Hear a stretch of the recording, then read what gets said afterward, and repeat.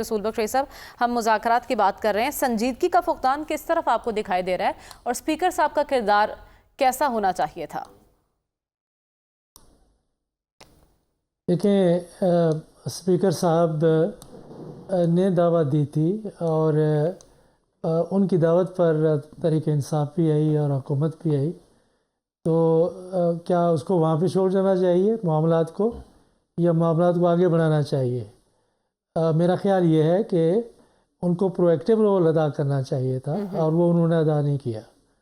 کہ اگر مذاکرات پر وہ ان کو اعتماد تھا کہ ان کی پارٹی ان پر اعتماد کرتی ہے، تو پھر ان کو آگے بڑھانے کی ضرورت تھی۔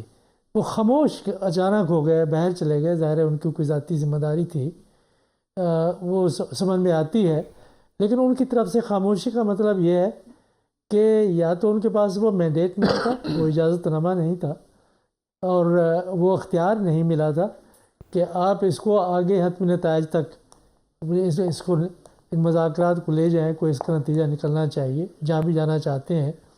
تو یہ جو بالکل خاموشی ہے ان کی طرف سے، اور نہ وہ کوئی بیان دے رہی ہیں، نہ کوئی تیسرے راؤنڈ کے لیے کسی کو بلا رہے ہیں، تو اس کا مطلب یہ ہے کہ ان کے پاس وہ اختیار نہیں جو ان کے پاس ہونا چاہیے۔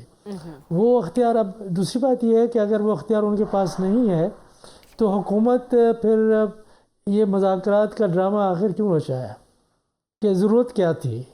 کہ یہ لگتا ہے کہ وہ تو کہ میڈیا کی دور میں تحریک انصاف نے پہل کی، انہوں نے کہا کہ جی ہم مذاکرات کے لیے تیار ہیں، ہم مذاکرات کریں، یہ ہماری کمیٹی ہے۔ اور پہلے تو حکومت خاموش رہی، پھر انہوں نے کہا کہ اچھا تو پھر ہم کمیٹی بناتے ہیں کمیٹی بنتے بھی 10-12 دن لگ گئے۔ اب جب یہ ہو چکا تو غالباً وہ کوئی عجلت میں جواب، میرے نزدیک وہ عجلت میں ان کو جواب دے رہے تھے کہ دیکھیں ہم بھی آپ سے مذاکرات کے لیے تیار ہیں، تاکہ عوام میں یہ ایک منفی سوچ ان کے بارے میں نہ جائے کہ حکومت مذاکرات نہیں کرنا چاہتی۔ لیکن اصل معاملہ جو ہے وہ یہ ہے کہ کیا حکومت اس بات پر آمادہ ہے کہ جو تحریک انصاف کے مطالبات ہمارے عوام کے سامنے آئے ہیں، ان کے سامنے بھی رکھے گئے ہیں، کیا ان کے بارے میں وہ کوئی سنجیدگی سے گفتگو کر کے کوئی فیصلہ کر سکتے ہیں؟ یہ ایک بہت بڑا سوال ہے۔ اگر وہ نہیں کر سکتے تو پھر ان کو ان مذاکرات میں آنے کی ضرورت نہیں تھی۔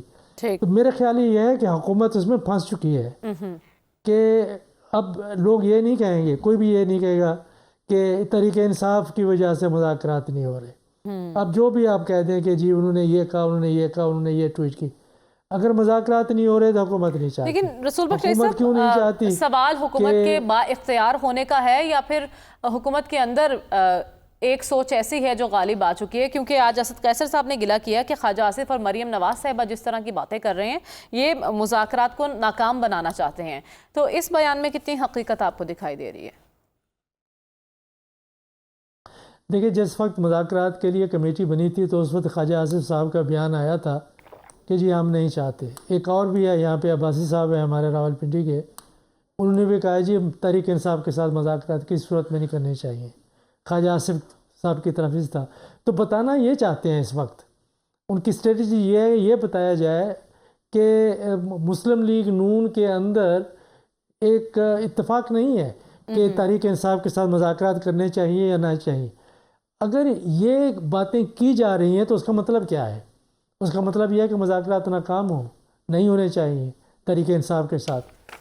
اگر یہ تحریک، یہ 3-4 لوگ اٹھ کے اگر یہ بیانات دیتے ہیں تو آپ کے خیال میں پارلیمانی نظام ہے اور ایک خاندان کے اس میں طاقتور خاندان ہے، وہ پارٹی کو چلا رہی ہے، تو اگر حکومت نے فیصلہ کر لیا ہے کہ ہمیں آگے بڑھنا ہے اور ہم نے ایک نتیجہ نکالنا ہے ان مذاکرات کا، تو اس کے خلاف کس طریقے سے خواجہ آصف صاحب اٹھ کے کھڑے بیان دیتے ہیں یا عباسی صاحب بیان دیتے ہیں؟ ان کے بیان کا آنے کا مطلب یہ ہے کہ حکومت سنجیدہ نہیں ہے، سکھا رہی ہے اور مذاکرات نہیں کرنا چاہتی۔ رسول بخش صاحب، جیسا کہ کہا گیا کہ ناراضی ہے، کہیں نہ کہیں مولانا کو ایسا لگتا ہے کہ ان کے ساتھ ہاتھ ہو گیا ہے، یہ اسی ناراضی میں یہ سارے بیانات دیے جا رہے ہیں، کچھ اور ہے پس پردہ؟ اور کوئی وجہ ہو نہیں سکتی. بنیادی وجہ تو آپ دیکھیں کہ سیاستدانوں کے کردار کے بارے میں جب مولانا صاحب کوئی بات کرتے ہیں تو وہ بھی ان کرداروں میں شامل ہیں, ان سے علیحدہ نہیں ہے. کہ مولانا صاحب اس ٹیم کا حصہ ہے اور جو ٹیم پاکستان میں پچھلے 30-40 سال سے سیاست کھیل رہی ہے, اور ان کا کردار, ذاتی کردار اور سیاسی کردار کسی دیگر سیاسی جماعت سے کوئی مختلف نہیں ہے. وہ بارگین کرتے ہیں, لین دین کی سیاست کرتے ہیں, اور جہاں ان کو موقع ملتا ہے وہ اپنا مفاد حاصل کر لیتے ہیں. اصول پسندی نہیں ہے. دیکھیں سب سے بڑا مسئلہ جو پاکستان کا ہے, یہ معاشرے کا ہے, وہ یہ ہے کہ یہاں پہ ڈیموکریٹک ٹرانزیشن نہیں ہو سکی, جمہوریت کی طرف ہم نہیں بڑھ سکے. کیوں نہیں بڑھ سکے؟ اس لیے کہ ہر سیاسی جماعت اور ہر لیڈر ایک پراکسی کے طور پر کام کرنے کے لیے تیار ہے. وہ یہ اصول پسندی نہیں ہے. نہ مولانا صاحب میں ہے, نہ پی ایم ایل این میں ہے, نہ پیپلز پارٹی میں ہے, نہ تحریک انصاف میں ہے. یہ جہاں جہاں پہ ڈیموکریٹک ٹرانزیشن ہوئی ہے, لیٹر امریکہ ہے, ایسٹرن یورپ ہے, وہاں پہ کمپیکٹ ہوا ہے سیاسی جماعتوں کا. وہ کمپیکٹ یہ ہے کہ وہ آئین کے مطابق زندگی سیاسی زندگی گزاریں گے, قانون بالا ہوگا, سب پہ لاگو ہوگا, قانون کی حکمرانی ہوگا. تیسرا یہ کہ انتخابات شفاف ہوں گے اور ایک پیسفل ٹرانزیشن آف پاور ہوگا. یہ دیکھیں یہ آج تک نہیں ہو سکا. یہ پلے کر رہے ہیں گیم, اور وہ گیم کیا ہے؟ پراکسی گیم ہے. تو پراکسی گیم کے لیے مولانا صاحب کو جب بھی موقع ملا ہے تو وہ پراکسی رہے ہیں, اور یا پراکسیوں کے پراکسی بن جاتے ہیں. تو یہ دیکھیں یہ سارا سیاستدانوں پہ آتا ہے کہ سیاستدانوں میں اگر وہ ایک ہم آہنگی نہیں, ایک اتفاق نہیں, ایک قانون اور آئین کے اوپر اس حد تک اتفاق ہے کہ جب تک ہمارا اپنا فائدہ ہے تو ٹھیک ہے, ہمارا فائدہ نہیں ہے تو ہم ان کا حلیہ بگاڑ دیں گے.